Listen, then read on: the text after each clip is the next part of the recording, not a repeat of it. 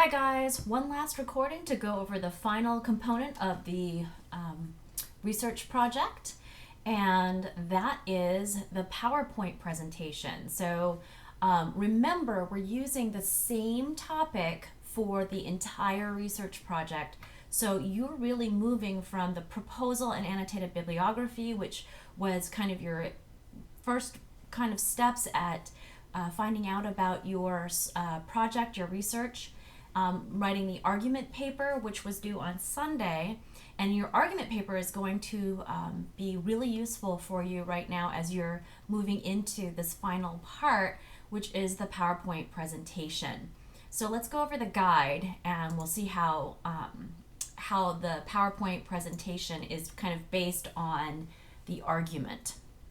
So what I want you guys to really understand about the PowerPoint slide presentation is that it is the same content from your argument paper, but that content is redesigned and repurposed for a new audience. So instead of making a powerful argument as you did in your argument paper about your problem and solution, you're doing what we like to call an elevator speech. An elevator speech is kind of the last demonstration that you are an expert on your topic and that you are passionate about your topic. So because we've had to redesign this significantly due to the the COVID stuff, you will not be making a formal presentation, an oral presentation. So that part got canceled. Huge sigh of relief, right? But the PowerPoint slides are still part of it, and I do want you guys to include some notes. So let's go over this. So like I said, presenting your research and making persuasive appeals to a group of people is a skill that you'll need in throughout your college experience. In fact, the higher you go, the more you're going to have to use these kinds of skills. And really in professional situations too. I can't think of a professional situation, including even just getting a job, where you're not making an argument either for yourself or something that you care about. So this is a really important kind of skill to have. I'm very sad that I can't hear you guys present this in person, but we'll go with what we have. So the other thing you guys are going to be learning here is how to how to alter your argument tactics for a new audience. So the audience you guys had in the argument paper were diverse. You might have had an audience of simply just voters, or you might have had an audience of people who use a certain technology. You might have had an audience of very powerful people, legislators, people in the military. I mean, you guys are writing really convincing arguments to lots of different various audiences. In this PowerPoint presentation, though, your audience is an audience of peers. So I want you guys to think about the people who are in our class. Fortunately, we had 8 weeks together. They were great.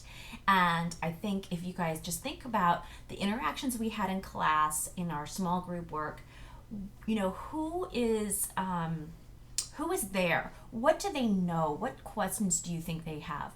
And also remember to, about 7 weeks ago, when you were just starting out on this project, what questions did you have? What did you want to know? And I want you to think about those kinds of questions and the people in our class to kind of design your approach, your stance on this PowerPoint slide. So you're really going to take a stance of a knowledgeable communicator to people who probably don't know a whole lot about your issue, and your goal, your purpose is to make them care about it.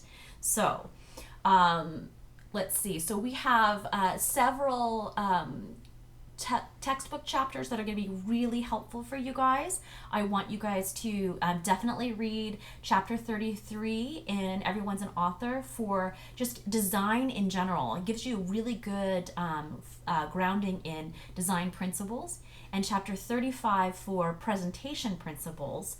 And then, as always, APA documentation is in chapter 28. Many of you guys are still working on that. I would like you guys to perfect in-text citations in this assignment.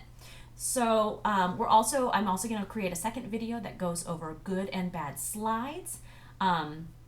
So you guys get an idea of how the design principles and the presentation principles kind of should be applied to your slide deck. All right, so this is a very short presentation. Again, I called it an elevator speech. Traditionally, elevator speeches are about 3 minutes in length. It's about the time that you spend in an elevator, in a long elevator ride. So if you were in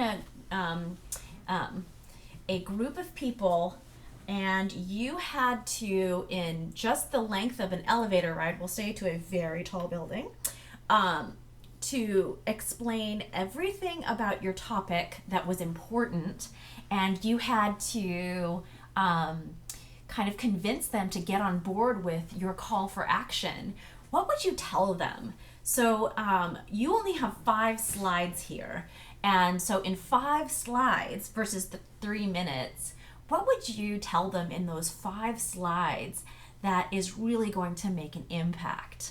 Okay, I need you guys to use Microsoft PowerPoint for your slide deck only. And if you're using kind of an online version of PowerPoint, make sure you convert it to the PPT file, because otherwise it won't upload properly to Canvas. And so make sure when you upload it on the final due date, which is 3 p.m. on the 11th, that's Monday, May 11th by 3 p.m., that you guys are able to see it when you open it in your screen. If you can't see it, I can't see it.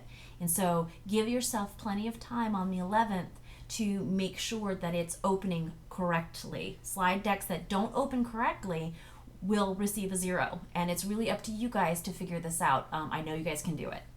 All right, so you are taking a persuasive kind of stance along with an informative, okay? To share your research and issue enlist support for your position and issue an appropriate call to action. So you've got 5 slides. You've see them here. Okay, so the first slide is going to be an appropriate cover slide, and this is important because the cover slide is going to serve as your kind of your introduction, right? Who are you? So your cover slide should be dressed in a suit, not in pajamas, right? It should look really professional. The second slide is going to introduce your problem and give relevant background information. Relevant background information always comes from a source, so make sure you're citing those sources on the slides using APA format. Many of you guys need to go back to chapter 28 and review that. You also need to, on your third slide, you'll need to explain 2 points of view on the argument. This is, remember, those 2 points of view are the 2 solutions. So if you have, you have your problem, right? You have your background information on your problem. This is my problem on slide 2. And then on slide 3, these are the 2 best solutions and what those solutions would do. So that's where you're going back to your solutions evaluation and you're doing pros and cons, right? And then on slide 4, you're going to explain your position. So which solution did you pick, and tell us why. And then you're also going to counter your opposition. Why do you disagree with the other solution? Why won't it work? Okay, again, you're citing sources. So 2, 3, and 4 will definitely cite sources, okay, those slides. Number 5, you're going to explain the significance or importance of solving that problem and giving an appropriate call to action. So that's your conclusion, all right? So, and your slides, don't get creative on me. I want those slides in that order and with that content. Okay, so it's pretty straightforward. Okay, so when you're doing your presentation, I want your slides to be visually engaging and verbally correct. They should be easy to read. That is, when I look at your slide, I should know exactly what kind of content you're trying to present. The images, if you use any, should be relevant. And again, correct grammar, punctuation, capitalization, no first or second person pronouns. You can use the command form, but you should only use the command form in your 5th slide as a call to action. Remember, the content in the PowerPoint should stand alone. You should have effective kind of slides in there that kind of highlight the main ideas that you're trying to make. And that if I just had those 5 slides, I could know what you were talking about in those 5 slides, okay? And then APA citation, I've already covered that. Make sure that they're correct, because I will lower scores for incorrect APA citation.